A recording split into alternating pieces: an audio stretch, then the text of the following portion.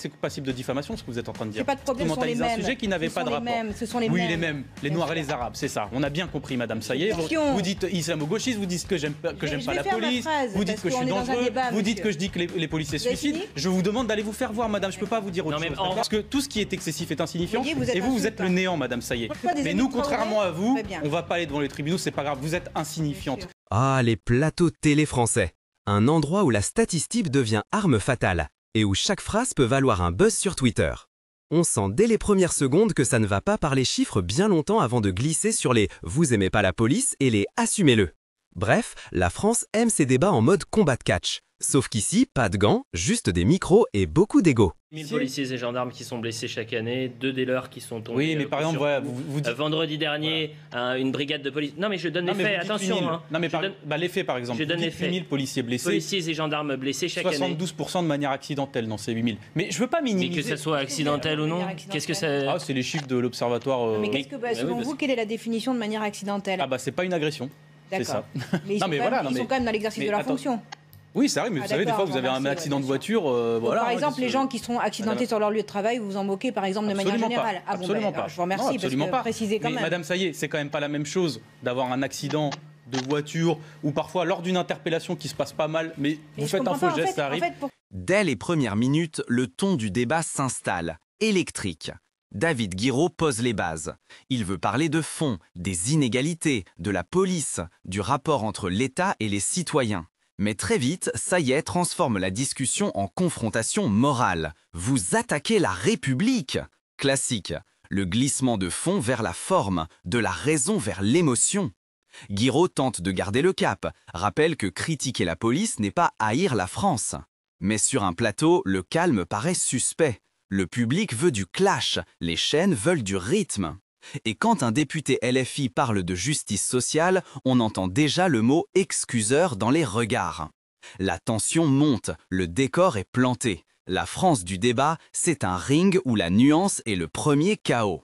Pourquoi je ne comprends pas un truc, parce qu'on connaît votre position. Pourquoi vous ne dites pas simplement que vous n'allez pas à ce rassemblement? Il ne s'agit pas de faire la différence entre un hommage, pas un hommage, parce que vous n'aimez pas la police. Et vous en avez eu l'occasion de le dire à plusieurs reprises. Parce que la police, pour vous, ce sont des barbares. Parce que la police, pour vous, ce sont des gens qui font des violences policières, entre guillemets. Donc on le sait, mais assumez-le. Vous avez une position parce que vous racolez un électorat qui est à la fois islamo-gauchiste et anti-flic, parce que ce sont les mêmes manifestations.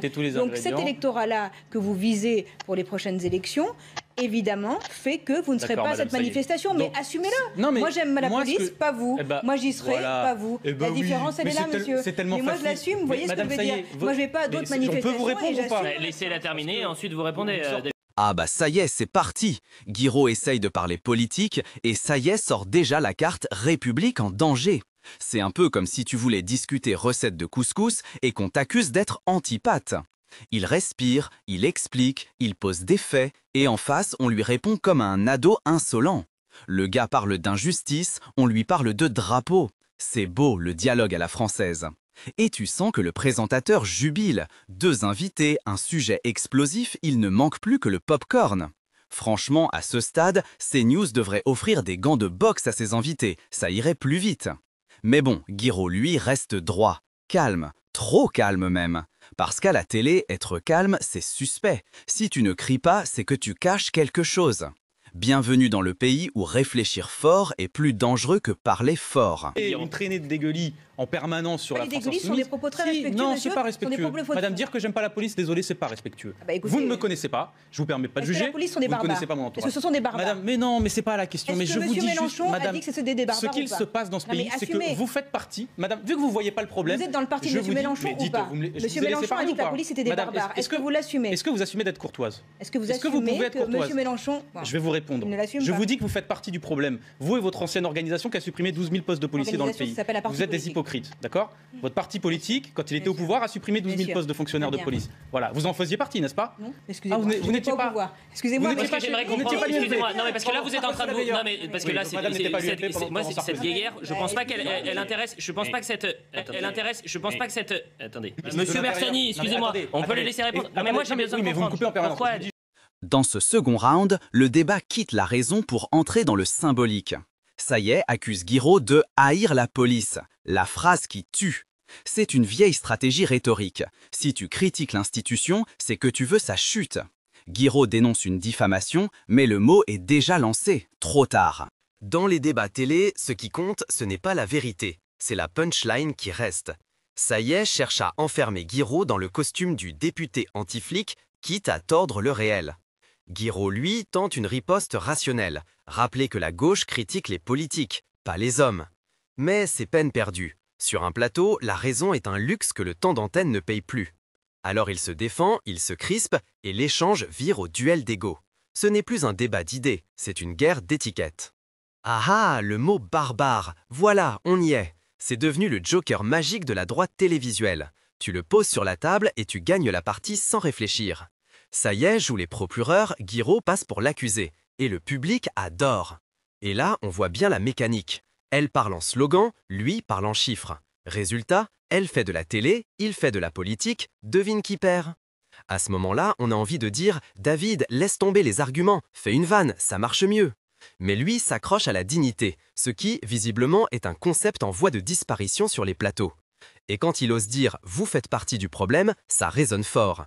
Parce que dans ce cirque, le problème, c'est peut-être qu'on préfère les clashs aux causes. Juste une chose, et d'ailleurs, c'est même pas de la faute des syndicats de policiers. Hein. Mais ils le disent. Cette manifestation, oui. À partir du moment où vous avez un ministre de l'Intérieur qui vient manifester contre lui-même, ce n'est pas une manifestation. Non mais attendez, on va y revenir dans un instant. Aux côtés du Rassemblement national, moi je trouve qu'il y a des éléments très bizarres, et je trouve que d'ailleurs les syndicats... Ça s'appelle un rassemblement citoyen Vous êtes d'accord pour dire que votre électorat n'est pas forcément très sensible à ce genre de mobilisation? Tout le monde est sensible à la question de la sécurité. Pardon, c'est juste que par contre, il y a des... Ah oui, madame, tout le monde a envie de vivre en sécurité. Auxquelles vous participez et qui crient mort aux flics, ils sont sensibles à la manifestation, mais vous vous moquez de qui, là, parce qu'en fait, vous connaissez pas le pays, madame. Vous y allez dans ces manifestations Traoré ou pas? Mais oui, mais madame, je vais vous dire une chose. Est-ce qu'ils disent que les flics doivent se suicider ou pas? C'est ça? Non mais attendez, mais dites la vérité. Madame, ça y est, calmez-vous, ça va bien se passer. Dans cette séquence, Guiraud remet le contexte sur la table. La fameuse manifestation pour soutenir la police, où même Darmanin, ministre de l'Intérieur, défile contre lui-même. L'absurdité saute aux yeux, et c'est justement là que Guiraud frappe. Il ne s'attaque pas à la police, mais à l'instrumentalisation politique de leur cause. Il rappelle un principe simple. Quand le pouvoir manifeste contre ses propres institutions, c'est qu'il y a un malaise profond. Mais Sayet, fidèle à sa ligne, tente de ramener la discussion sur les électeurs de Guiraud qui crient mort aux flics. C'est une diversion classique, déplacer le débat vers l'émotion pour esquiver le fond. Guiraud essaie de recentrer. Mais à la télé, la nuance s'évapore plus vite qu'un tweet de Darmanin. Ce moment montre toute la fracture, entre ceux qui veulent des solutions et ceux qui veulent juste une photo de manif. C'est une scène presque symbolique du débat politique français actuel, la confusion organisée. Ah, la fameuse manif soutien à la police, avec le ministre de l'Intérieur dedans. C'est comme si un chef d'entreprise manifestait contre ses propres licenciements. Franchement, on dirait un sketch. Et Guiraud, lui, il essaye juste de dire « Les gars, vous trouvez pas ça un peu absurde ?» Mais non, sur le plateau, tout le monde fait comme si c'était normal. Sayet, elle, dégaine le bingo habituel. Traoré, mort aux flics, islamo-gauchiste, tout le pack promo. C'est limite si elle ne sort pas un PowerPoint. Et Guiraud, calme, presque philosophe, lâche son « Vous ne connaissez pas le pays, madame ». Une punchline douce mais efficace. Parce que dans ce cirque médiatique, c'est souvent celui qui garde son calme qui dit le plus vrai. Il y a 4 droits naturels. Il y a 4 droits naturels dans la Déclaration des droits de l'homme et du citoyen de 1789. L'un d'eux, c'est la sûreté.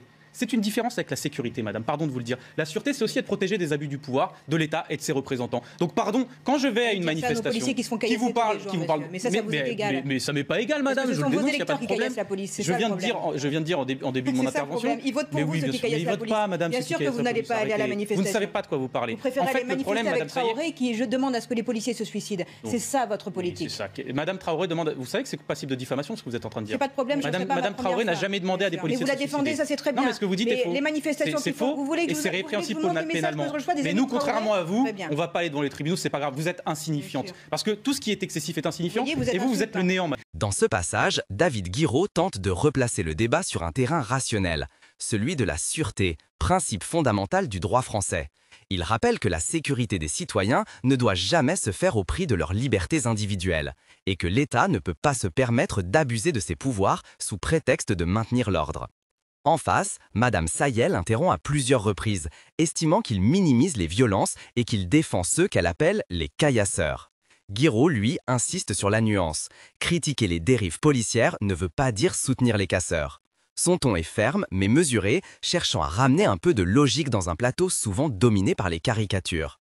Derrière ce clash, c'est deux visions du monde qui s'affrontent, celle d'un État fort contre celle d'un État juste. Et comme souvent, le débat télé finit par devenir un match de slogans plutôt qu'un échange d'idées. Ah, le grand classique. Dès qu'on parle de sûreté, il y en a toujours un pour crier « Vous défendez les voyous !» Bah oui, parce que si tu veux pas que l'État tape trop fort, c'est forcément que t'aimes les cailloux. Logique. Sayet, elle, c'est un peu la prof qui pense que punir plus fort, c'est enseigner mieux. Et Guiraud, lui, essaye juste de rappeler que la République, c'est pas un ring de boxe entre citoyens et policiers. Mais bon, à la télé, faut du punch, pas du code pénal. Donc maintenant, je vais continuer juste sur le fond du débat. Sur le fond du débat. Il y a des gens, dans cette revendication, qui vont nous dire quoi? Il faut par exemple des peines planchées. Je ne suis pas d'accord. Je ne vais pas à une mobilisation avec laquelle je ne suis pas d'accord avec les mots d'ordre. Les peines planchées, on connaît. Ça a été fait par la droite sous Dati. Le résultat des peines planchées, des peines incompressibles, on appelle ça, ça a été que ça a augmenté le taux de récidive. Et pour terminer sur l'expression, sur la déclaration de... Je ne vous écoute pas. C'est un exemple précis que vous donnez. J'ai un filtre anti-débilité. Vous avez un filtre anti-vérité. En fait, quand vous allez aux manifestations du CCIF... Désolé, j'ai pas de réseau. Je préfère pas vous finir ma phrase. C'est tellement caricatural que je préfère pas vous répondre. Je suis désolé, je l'assume. Ça ne sert à rien. Le dialogue devient impossible. Chacun parle pour son camp. Guiraud se retrouve acculé. Sayet l'interrompt, répète ses mots, le provoque. Il tente de garder son calme, mais le ton s'élève. Vous pouvez débattre, ça peut être un échange tendu. Non, mais ça peut être un échange tendu, mais vous pouvez quand même écouter les personnes. Vous dites islamo-gauchiste, vous dites que j'aime pas la police, vous dites que je suis dangereux, vous dites que je dis que les policiers se suicident. Je vous demande d'aller vous faire voir, madame, je peux pas vous dire autre chose. Non, mais évitez de dire ça, David Guiraud. Non, ne dites pas ça sur ce plateau. Non, la limite aussi. Attendez, mais que vous ne laissiez pas dire ça. Non, ne dites pas aller vous faire voir. Non, mais personne. Ne soyez pas partial, monsieur. Mais c'est pas une question de partialité, c'est juste. Si vous trouvez choquant de dire ça, mais que vous ne trouvez pas choquant qu'on m'accuse, par exemple, de ne pas aimer les policiers, vous êtes partial dans la discussion. Alors, les autres manifs, c'est pas ça? Mais non. Mais ça n'a rien à voir, parce que c'est un peu... Non mais attendez, c'est un peu retombé. Ce genre de séquence illustre un piège médiatique bien connu. Plus vous essayez d'expliquer, plus on vous fait passer pour celui qui s'énerve. Sayet, elle, se pose en victime de la gauche arrogante. Les rôles sont inversés. Celui qui défend des faits devient l'agresseur, celle qui provoque devient la voix de la raison. Le spectacle politique dans toute sa mécanique. Moi, debout sur des camions à crier Wallah Akbar, c'est pas ça? Dites-moi à quelle manifestation. Attendez, vous avez une obsession vis-à-vis des musulmans, je ne sais pas pourquoi, puisque cette manifestation n'avait pas de lien avec la police. Instrumentalise un sujet qui n'avait pas de rapport. Oui, les mêmes, les Noirs et les Arabes, c'est ça. On a bien compris, madame. Votre racisme, vous êtes. Maintenant, je vais vous dire, ce meeting politique. Je vais vous dire une chose. Le gouvernement, et puis quand même derrière, ceux qui ont été vos amis, les Républicains, qui ont fait énormément de mal à la police, madame Sayet. Vous faites partie des responsables de ce problème. Arrêtez de donner des leçons, des brevets aux gens. Ne donnez pas des brevets aux gens, alors qu'en réalité, vous faites partie du problème. Le débat s'achève dans une cacophonie maîtrisée. Guiraud lâche une dernière phrase, ferme, précise, pendant que Sayet tente une ultime relance. Le journaliste conclut, soulagé, sans vraiment trancher. Chacun repart convaincu. D'avoir eu raison, cette séquence est un microcosme. La politique française ne se joue plus sur la conviction, mais sur la performance. Les échanges ne cherchent plus la vérité, mais la viralité. Et dans ce jeu, Guiraud reste celui qui dit trop, Sayet, celle qui dit bien. Si cette analyse t'a plu, n'hésite pas à soutenir le travail. Mets un pouce bleu, partage la vidéo et abonne-toi à la chaîne pour ne rien rater des prochains débats politiques. Et surtout, dis-nous en commentaire, toi, t'es plutôt team Guiraud la raison ou team Sayet la passion. Promis, ici pas d'interruption, sauf peut-être celle de l'algorithme.